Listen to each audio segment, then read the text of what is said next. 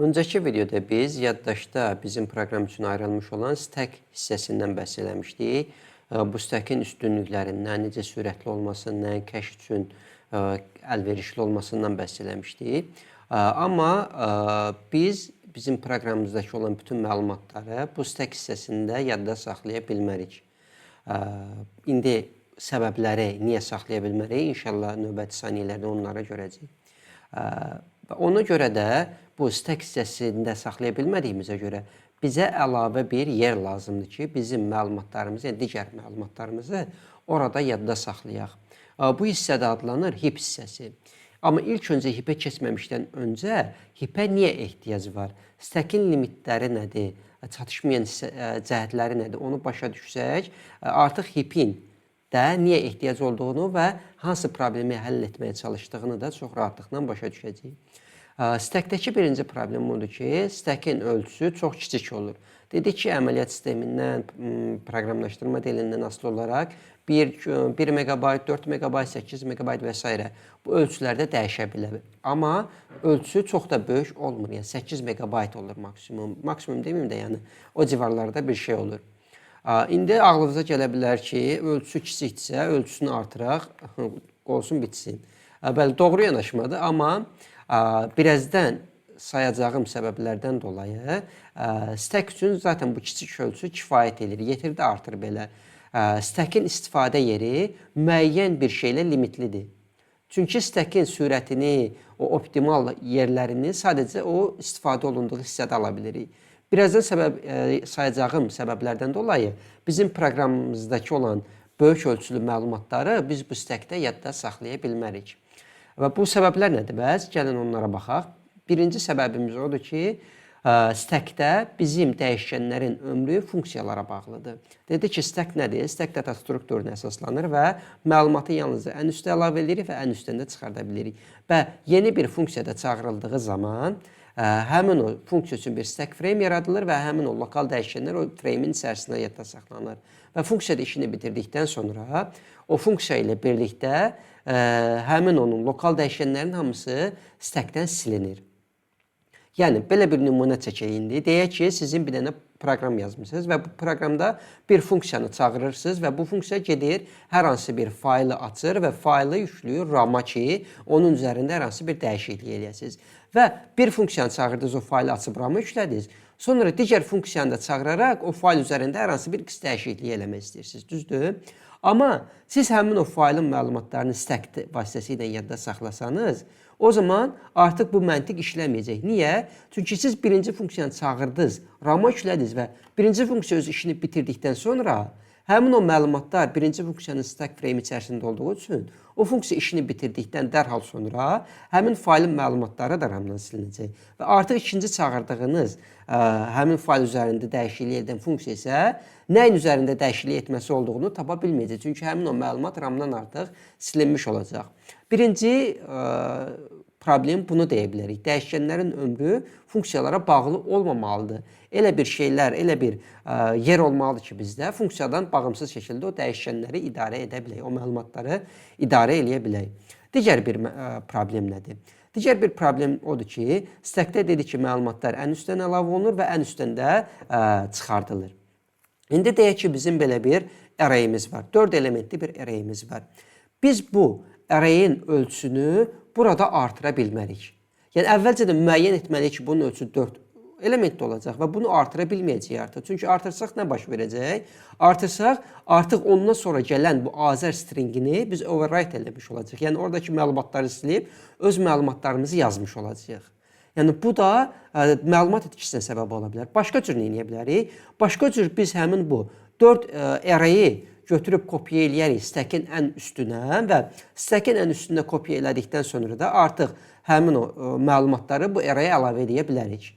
Buradakı isə problem nədir? Buradakı problem odur ki, biz eyni məlumatı dublikat eləmiş oluq. Yəni, yersiz yeri 2 dəfə yadda saxlamış oluruq. Bu da yaddaş israfını gətirib çıxarda bilir. Həmin o buradakı yaddaş israfını önləmək üçünsə, buradakı məlumatı buradan silə bilmərik. Çünki stack dedik nədir? Yalnızca ən üstdən silə bilərsən və yalnızca da ən altdan silə bilərsən. İndi bu harada problem yarada bilər bizə?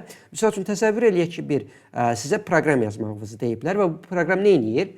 bu il qəbul imtahanı vermiş olan abituriyentlərin içərisindən 300-dən çox olan tələbələrin siyasını götürüb bir arrayın içərisində yığmaqdır bu funksiyanın, bu proqramın məqsədi. Siz burada ilkin olaraq proqram işə düşəndə bilməyəcəksiniz axı həmin il 100 nəfər 300-dən çox yığıb, 1000 nəfər, 10.000 nəfər, bunun məlumatı sizdən olmayacaq. Və siz də həmin o proqram işə başlayan kimi 1 milyon arrayli bir array yarada bilməzsiniz təbii ki. Çünki əgər 300-dən çox bal toplamış abituriyentlərin sayı 1000 idisə, siz boş-boşuna 1 milyon dənə arrayli element yaddaşda yer ayırmış olasınız. Onun üçün siz nə edirsiniz? Misal üçün 1000 elementli bir array yaradırsınız və 1000 elementli arrayın üzərinə məlumatı əlavə edə gəlirsiniz və artıq 1000-ci elementə çatanda görürsünüz ki, 1000-dən çoxdur da say. 1000-i artırıb edirsiniz 2000, 2000 çatanda edirsiniz onu 4000. Bu şəkildə artıra gedirsiniz. Və ona görə də sizin arrayinizi başdan təyin etmək olmur hər zaman ki, bu 4 elementli olacaq, bu 100 elementli olacaq. Bu səbəbdən də həmin o məlumatı bu stackdə saxlamaq bizim üçün sıxıntılara gətirib çıxarda bilir. Başqa bir problem nədir? Başqa bir problem də odur ki, deyək ki, sizin indi başqa bir servisiniz var. Bu servisdə nə edir? Ora müəyyən fayllar yüklənir, şəkil ola bilər, PDF ola bilər, hər hansı bir fayllar yüklənir və bu faylların ölçüsü təbii ki, fərqlidir. Biri 1 megabaytdır, biri 10 kilobaytdır, biri 100 megabaytdır və s. Bu faylların ölçüsü fərqli olduğuna görə bu gələn requestlər, yəni istəklərin icra müddəti də fərqli olur. Kiçik fayllar daha tez icra olunur və geri qaytarılır. Yəni geri qaytarıldıqdan da nə edir? Həmin o fayl RAM-dan silinir. Böyük ölçülü faylları isə daha gec icra olunur. Burada da nə baş verir? Məlumatı siz gəldiyi ardıcıllıqla RAM-dan silə bilmirsiniz. Nə edirsiniz? Misal üçün ortada gördüyünüz kiçik ölçülü fayllar daha tez silinəcək RAM-dan və bu vaxtda nə baş verəcək? Artıq yenə də siz stackin prinsipini pozmuş olursunuz. Çünki stackdə yenə də dediyimiz kimi məlumatı yalnız ən üstdən əlavə edib ən üstdən də silməlisiniz. Yəni stackin bu prinsipə əsaslanır. Və bu səbəblərdən dolayı da stack bizdə böyük ölçülü məlumatlar, yəni hər bir məlumatı yadda saxlamaq üçün əlverişli deyil. Bunun üçün bizə başqa bir yaddaşda hissə lazımdır və biz digər məlumatlarımızı da həmin o hissədə yadda saxlamalıyıq. Bu hissənin də adlanır heap hissəsi, heap adlanır. Bu heap hissəsində nədir xüsusiyyətləri? Heap hissəsi adlanır. Bu heap hissəsində nələr baş verir? Misal üçün, sizin hər hansı bir məlumatı, misal üçün, bayaqki nümunə bir funksiya çağırılır. Bu funksiya faylı açıb RAM-a yükləyəcək ki, onun üzərində bir dəyişiklikləri icra eləsin. Bu zaman nə edir? Sizin proqramınız deyir ki, mənə heapdə, misal üçün, deyək, 10 megabaytlıq yer ayır. Misal üçün, 10 kilobaytlıq yer ayır. Və həmin o 10 kilobaytlıq yer sizin proqramınız üçün rezervasiya olunur və həmin o rezervasiya olunmuş 10 kilobaytlıq yerin də adresi pointer şəklində qaytarılır sizin stackinizə. Bu soldakı stackdir, sağdakı isə heapdir. Və sizin artıq burada gördüyünüz lokal dəyişkən sadəcə heapdəki ayrılmış məlumatın adresini, pointerini özündə saxlayır. Və siz artıq deyək ki, bu fayl, misal üçün, oxudunuz, 10 kilobaytını oxudunuz və faylın da ölçüsü çox yekədir. Daha hamısını birdən oxuya bilmirsiniz. Oxuya-oxuya davam edirsiniz. Və artıq 10 kilobayta gəlib çatanda, bu heapdə oldu axı, siz bunu artırıb 20 kilobayt eləmək istəyirsiniz. Bunun üçün nə edirsiniz?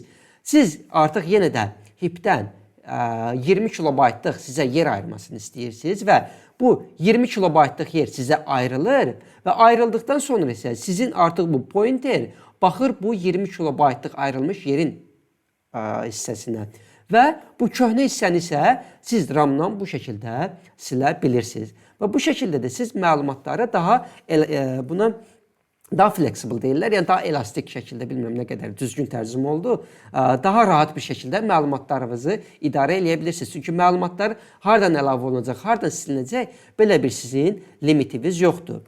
Yəni, burada məlumatları heapdə istədiyiniz yerdən əlavə edə bilərsiniz, istədiyiniz yerdən də çıxarda bilərsiniz. Bu heapin digər bir xüsusiyyəti nədir? Heapin digər bir xüsusiyyəti də odur ki, bu heapin stack dedikçə ölçüsü sabitdir. Misal üçün, 4 megabayt olaraq heap stəkin ölçüsü sabitdir. Sizin proqram deyək ki, stək 4 megabayt olaraq işə başladı. Ondan sonra siz bu stəkin ölçüsünü dəyişdirə bilməzsiniz. Amma HIP də elə bir şeydir ki, bu proqram işlədiyi müddət boyunca bu HIP-in ölçüsünü siz artıra da bilərsiniz, azalda da bilərsiniz. Bu da necə baş verir? Misal üçün, deyək ki, sizin HIP-inizin ölçüsü 100 megabaytdır və artıq sizə yeni bir 100 kilobaytlıq bir məlumatı yadda saxlamaq gərəklidir. Və siz axtarırsınız ki, bu HIP-in içərisində 100 kilobaytlıq yer varmı, boş yer varmı? Axtarırsınız. Əgər 100 kilobaytlıq boş yer tapmasanız siz, o zaman nə edirsiniz? Əməliyyat sisteminə müraciət edirsiniz ki, qardaş, mənə yeni bir HIP-də yer lazımdır, amma yerim yoxdur. O da sizə artıq yeni bir yer ayıraraq, rezervasiya eləyərək sizə geri qaytarır və sizin HIP-inizin ölçüsü artmış olur. HIP-inizə yəni ekstra məlumat lazım olduqca HIP-inizin ölçüsü arta gedir. Və deyək ki, bu nə vaxt baş verir? Sizin proqramınıza gələn istəklərin sayı çoxaldı. 2000 dənə bir kampaniya var, 2000 dənə istifadəçi request göndərir. Sonra isə deyək ki, bu istəklərin sayı azaldıqdan sonra nə baş verəcək? Artıq əvvəl 4 GB-a qədər qalxmışsa sizin HIP-inizin ölçüsü, artıq bu istəklərin sayı azalanda ehtiyac 1 GB-a düşür. Bu zaman nə edəcək? Siz indi proqramlaşdırma dilindən asılı olaraq dəyişə bilən bir şeydir bu. Artıq boş qalan yerləri siz RAM-a geri qaytaracaqsınız ki, bəs al, artıq mənim buna ehtiyacım yoxdur. Başqa bir proqramlar istəsə səndən, sən onlara ver, onlar bundan istifadə edə bilsin. Burada indi əməliyyat sistemlərindən bəhs elədik, amma əməliyyat sistemi nədir onu bilməyənləriniz ola bilər aranızda. Əməliyyat sistemi qısaca toxunaq nədir? Əməliyyat sistemi sadəcə resurs menecer kimi düşünə bilərsiniz. Sizin proqramda fərqli resurslar var, CPU-vuz var, RAM-ınız var, hard diskiniz var və bu eyni resursda fərqli proqramlar tərəfindən istifadə oluna bilər. Məsəl üçün deyək ki, RAM-ınız var. Sizin əməliyyat sistemi nə edir? Deyir ki, məsəl üçün Google Chrome sən üçün 100-cü bayt, 0-cı baytdan 100-cü bayta qədər sənə ayırmışam. 100-cü baytdan 200-cü bayta qədər isə Notion proqramı sənin üçün ayırmışam. Və artıq bu hansı hissəni, hansı proqram üçün ayırdığını özündə saxlayır və gələcəkdə bu Google Chrome Notion üçün ayrılmış yerdəki məlumatı oxumaq istəsə və yaxud dəyişdirmək istəsə, onun qarşısını alır. Bu şəkildə resursları proqramlar arasında bölüşdürür və bir proqramın digər proqramın məlumatlarına müdaxiləsinin qarşısını alır. Yəni bir vəzifəsi əməliyyat sisteminin budur. Və deyək ki, həmin o 100 baytı bu sizin Google Chrome üçün ayırdı və artıq o 100 baytı Google Chrome proqramı necə istifadə edəcək? O qalıb Google Chrome-un özünə. Əməliyyat sistemi bunu HIP üçün istifadə edir, stack üçün istifadə edir, artıq ona qarışmır. Yəni bu HIP-dəki məlumatlar necə idarə olunacaq? Google Chrome-un özünün vəzifəsidir artıq bu. Əməliyyat sistemi isə daha üst səviyyədə bu məlumatları, məsələn, Google Chrome-un üçün ayırdığım yer buradan buradır və digər proqramlar bura müdaxilə edə bilməz. Bunu idarə etməklə məsuldur. Bəs bu Google Chrome buradakı məlumatları necə idarə edir? Bu əməliyyat sistemi necə idarə edir? İnşallah bunun öz videosunda bunu ələ alarıq.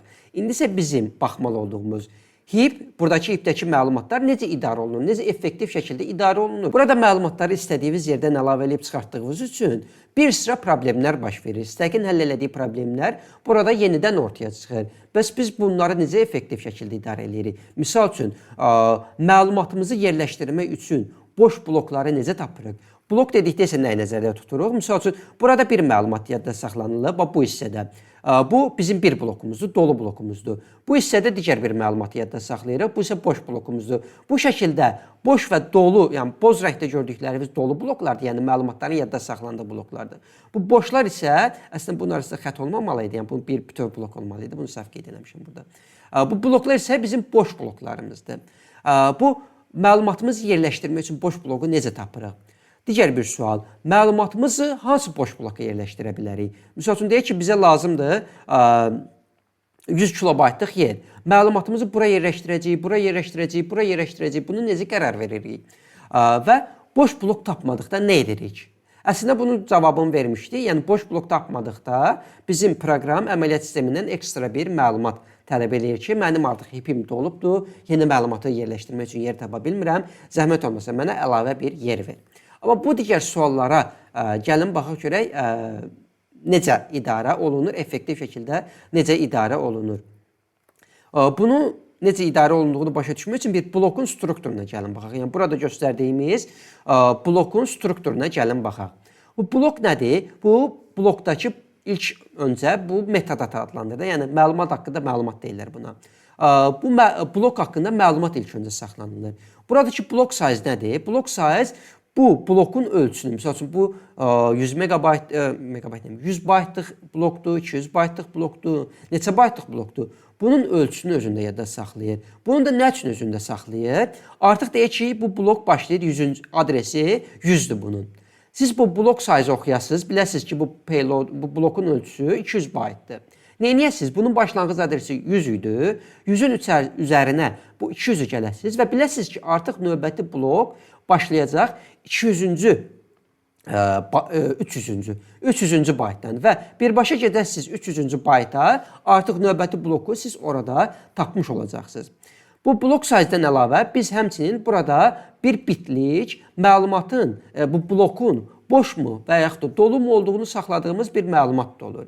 Əgər burada saxladığımız hissədə məlumat sıfırdırsa, o zaman bu deməkdir ki, bizim bu blokumuz boşdur. Yəni burada heç bir məlumat saxlanılmayıb və yaxud da ki, heç bir məlumat istifadə olunmur. Yox, birdirsə orada saxladığımız bit, o zaman bu da deməkdir ki, bu payload doludur və proqramdakı hər hansı bir yerdə istifadə olunur. Bu da o deməkdir. Bəs həmin bu məlumatları, yəni blok size-dən bu boş mu dolu mu olduğunu göstərən məlumatları niyə həm yuxarıda, həm aşağıda saxlayırıq?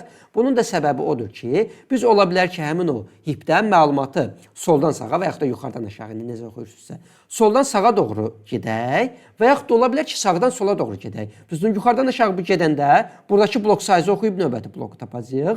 Aşağıdan yuxarıda gələndə buradan baxacağıq. Məsəl üçün, bunun adresi 300'dür, blok size-i 200'dür. 300'ə 200'ü çıxacağıq və biləcəyik ki, 100. Artıq biləcəyik ki, növbəti blok başlayır 100-cü baytdan və növbəti bloka gedərək oradakı məlumatları oxumağa başlayacağıq.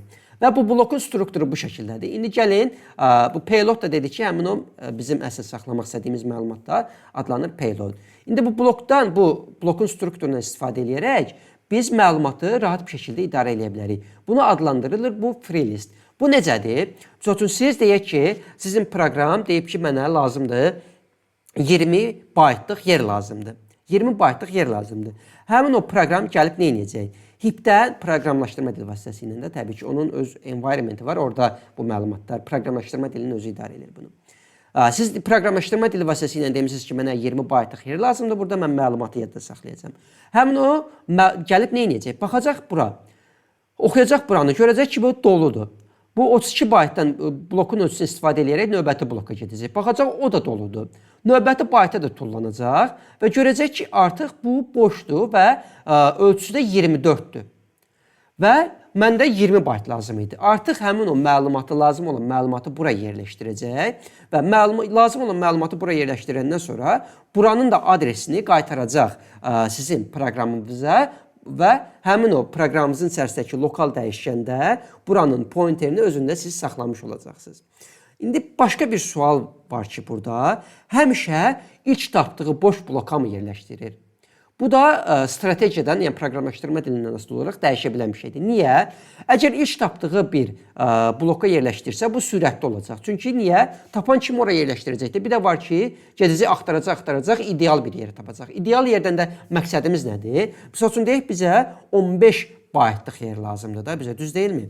O zaman gətirib bu 15 baytı bu 24 baytlıq blokda yerləşdirmək əvəzinə biz gətirərik elə 16 baytlıq yerin içərisində yerləşdirərik və bu sayədə də biz fragmentasiyanın önləmiş olaraq da. Niyə ki 15 bayt kifayət edir və burada da 16 bayt var da. Bir də 24 baytı niyə ekstra biz istifadə eləyək də? Düz deyilmi? Bu da nədir? İdeal yerləşdirmə adlanır bu da. Yəni best fit deyirlər bunu. İdeal yerləşdirmə adlanır. Amma bunun dezavantajı nədir? Siz də axtarmalısınız ki, ideal yer hansıdır bu blok üçün, bu məlumatı yerləşdirmək üçün. Bu da əlbəttə bu axtarış da bir performans gərəkdirir. Bu isə burada yerləşdirdiksə, bu da memorinin, yaddaşın fragmentasiyasına səbəb olur. Yəni ilk tapdığınız yerdə yerləşdirmək. Bu da yaddaşı səmərəsiz istifadə eləməyə gətirib çıxardır. Və bunun hansından istifadə olunur? Bu da ki, proqramlaşdırma dilindən asılı ola bilən bir şeydir. İndi biz burada bir dənə də optimallaşdırma eləyə bilərik. O optimallaşdırma nədir? Deyək ki, bizdə var, bizim hipimizdə var 1000 dənə blok. Biz boş yeri tapmaq üçün 1000 dənə bloku gəzmək əvəzinə biz nə edə bilərik? Sadəcə free blokları, yəni boş blokların adreslərini bir-birində saxlayarıq. Və bu şəkildə də artıq 1000 dənə blokun içərisində deyək ki, 20 dənə boş blok varsa, biz 20 dənə boş bloku gəzmiş olarıq və bu da prosesi sürətləndirmiş olar. Bunu necə eləyə bilərik? Həmin o blokun içərisində biz ekstra bir məlumat yadda saxlayarıq. Bu məlumat da nədir? Əvvəlki və sonrakı boş blokun adresini özümüzə saxlayarıq. Adres nədir? Pointer. O adresi pointerini özümüzə saxlayarıq və baxarıq. Gəlib oxuduq. Bu boş blok bizim üçün məlumatımızı yadda saxlamaq üçün kifayətdirmi? Yox, gördük kifayət deyil. Növbəti boş blokun adresini özümüzə saxlamışıq axı. O adresi istifadə edərək gedərik növbəti boş bloka və yoxlayarıq. O bizim məlumatı saxlamaq üçün kifayətdirmi? Kifayətdirsə əgər məlumatı orada saxlayarıq. Yox, kifayət deyilsə də belə növbəti boş bloklara gedə-gedə də həmin bu axtarış prosesini biz sürətləndirmiş ola bilərik. Bu da bu şəkildə, yəni qısacası bu şəkildə. Bu boş blok növbəti boş bloka pointerini saxlayır və artıq gəlir bunu yoxlayır. Bu kifayət deyilsə gedir növbətinə, bu kifayət deyilsə növbətinə və bu şəkildə də siz məsəl üçün 1000 dənə bloku gəzmək əvəzinə 20 dənə bloku gəzərək bu istədiyiniz məlumatı harada yadda saxlaya bilərsiniz, sürətli şəkildə tapa bilərsiniz. Məlumat deyək ki, buradakı məlumat silindikdə məlumat silindikdirsə hər hansı bir bu hipdən deyək ki, artıq heç kim tərəfindən istifadə olunmur. Bu məlumatı artıq proqram vasitəsilə deyirsiniz ki, bu proqramı mən silmək istəyirəm, yəni rezervasiya eləmək istəmirəm də, boş şəkildə qalsın və növbəti dəfə kim istifadə eləsə, kimə yer lazım olsa, bu boş yerdə istifadə elə bilsin deyirsiniz proqramlaşdırma dili vasitəsilə.